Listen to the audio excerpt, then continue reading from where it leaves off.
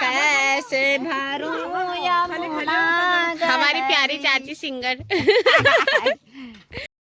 तो दोस्तों हम अपनी गांव की एक बाखली से दूसरी बाखली को जाने के लिए तैयार हो चुके थे और हमारे सारे जितने लोग हम होली गाने वाले बहुत कम लोग हैं अम्मा के घर पे पहुंच चुके थे। तो यहाँ पे ये बछड़ा हमसे इतना ज़्यादा डर रहा था कि बहुत ज़्यादा, और क्योंकि इतने लोग कभी घर पर आते नहीं है तो पता नहीं उससे क्यों इतनी डर लग रही थी और हम सब उसे देख के हंस रहे थे। वैसे हंस भी नहीं रहे थे लेकिन हमको ये हो रहा था कि कहीं वो कीला नहीं उपाड़ दें।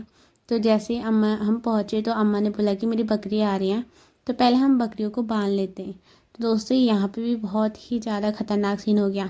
जैसे बकरियाँ अंदर जा रही थी वैसे हमारा झंडा हवा से नीचे गिर गया और सारी बकरियाँ डर गई और डर के कारण वो अंदर नहीं गई और सारी की सारी मुड़ गई। अम्मा जैसे उनको लेके जा रही थी पता नहीं क्या हुआ कि बकरी अंदर गई नहीं।